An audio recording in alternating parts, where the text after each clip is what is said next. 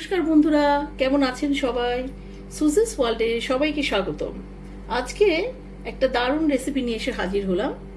সেটা হচ্ছে আপনারা বাড়িতে প্রায় আপনার পাপড়ি চাট, আপনার দই চাট বা আপনার সিঙ্গারা চাট, আলু টিক্কি এসব তো খান বাড়িতে। তো সেই সব খেতে গেলে আমাদের চাটনি লাগেন। তো চাটনি দু রকমের হয়, একটা ধনেপাতা আর একটা তেঁতুলের চাটনি। তো সেই চাটনির রেসিপি নিয়ে এসে আমি আজকে হাজির হয়েছি। এইটা চাটনিটা আমি আজকে দেখিয়ে দিই।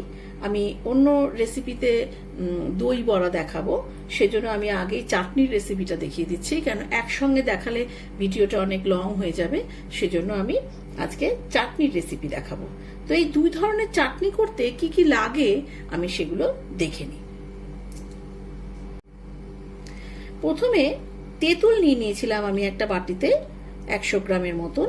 আর সেই তেঁতুলটা দু কাপ মতন, 2 থেকে আড়াই কাপের মতন জল নিয়ে নিয়েছিলাম, নিয়ে ভিজিয়ে রেখেছিলাম আধ ঘন্টা।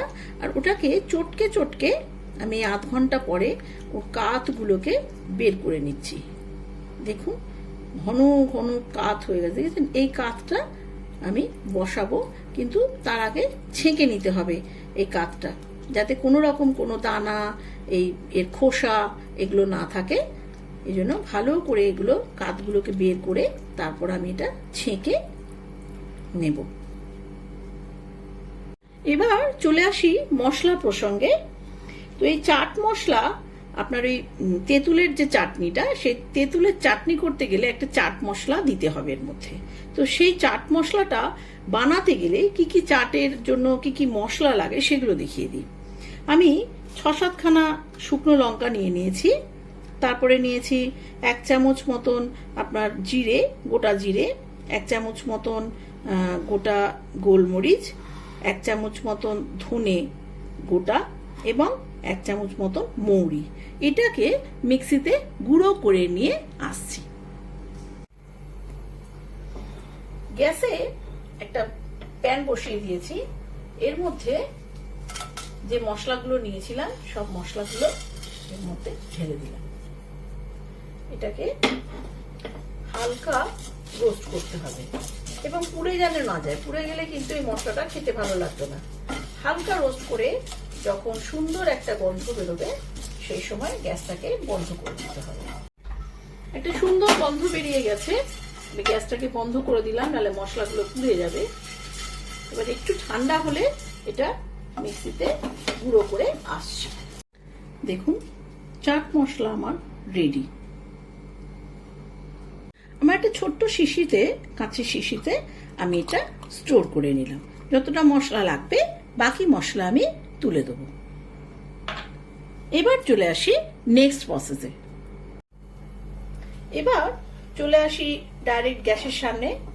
প্যানটাকে আবার বসিয়ে দিয়েছি আর একটা স্টেনার নিয়ে, আগেই বলেছিলাম এই কাঁচটাকে আমি ভালো করে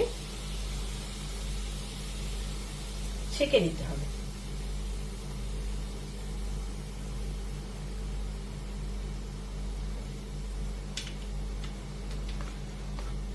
নাড়িয়ে চাড়িয়ে ভালো করে দেখুন পুরোটা ছেঁকে নিয়ে আমি আসছি।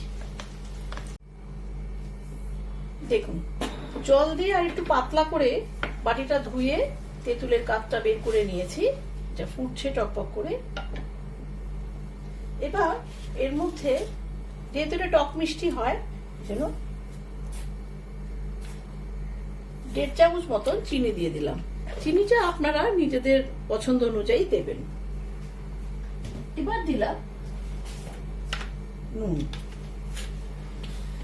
নুনটা একদমই অল্প, 4 চামচে 1/2 চামচ কিংবা 1 চামচ মতন দিতে পারেন। 1 চামচটা আপনারা স্বাদ অনুযায়ী দেবেন। যে যেরকম নুন খাবে, চিনি খাবে, মিষ্টি খাবে, সে সেই ধরনের দেবে। এবার এর মধ্যে দেব সেই ভাজা মশলা, যে মশলাটা বানিয়েছি।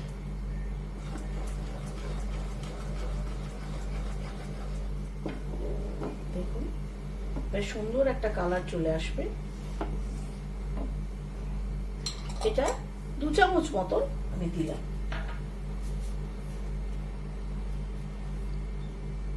একটু রং হওয়ার জন্য কাশ্মীরি মির্চ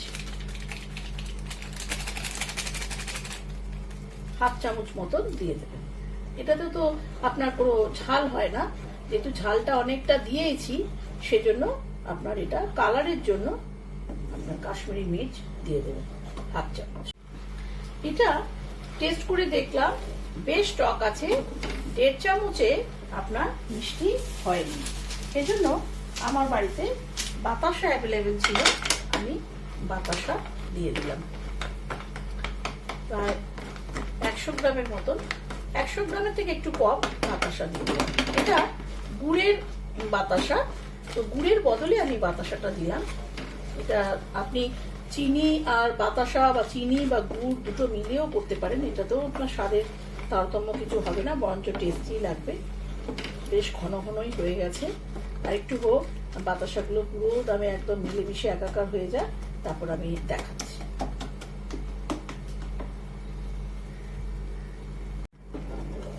একটু পাতলা পাতলাই নামাবো, আপনার দিতে সুবিধা হবে। দেখুন একদম হয়ে এসছে। এবার সমস্ত আপনার চিনি বাতাসা সব মিলেমিশে একাকার হয়ে গেছে, এবার নামানোর পালা।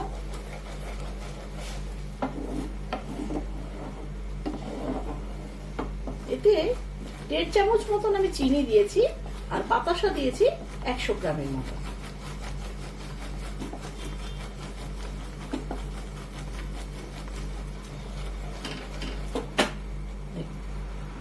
কি সুন্দর কালার এসছে দেখুন। এবার আমি নামিয়ে নিচ্ছি, গ্যাসটা বন্ধ করে দিই।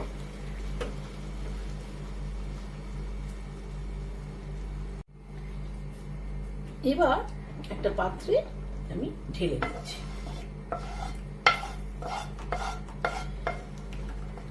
হয়ে গেল আমার তেঁতুলের চাটনি। এবার চলে আসি ধনেপাতার চাটনিতে। ধনেপাতার চাটনির জন্য একটা মিক্সার গ্রাইন্ডার নিয়েছি। ধনেপাতার চাটনিতে প্রথমে নিয়ে নিলাম 1 আঁটি ধনেপাতা। ভালো করে ধনেপাতাটাকে ধুয়ে কুচো করে আমি এর মধ্যে দিলাম।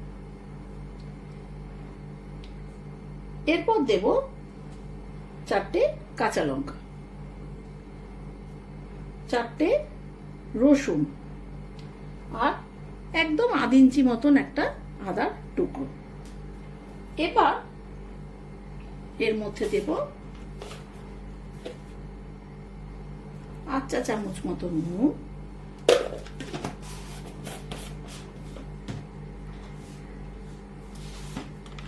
দেব হাফ চা চামচ মতন চিনি। এগুলো দিয়ে ভালো করে আপনার পেস্ট করে আমি আসছি।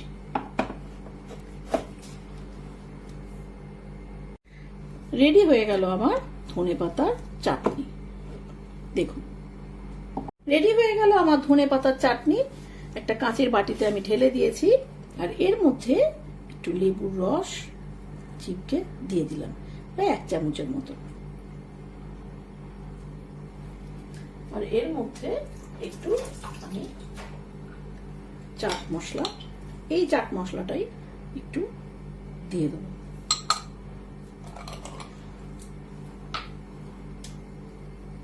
ছুরি দিয়ে আমি নাড়িয়ে দিলাম।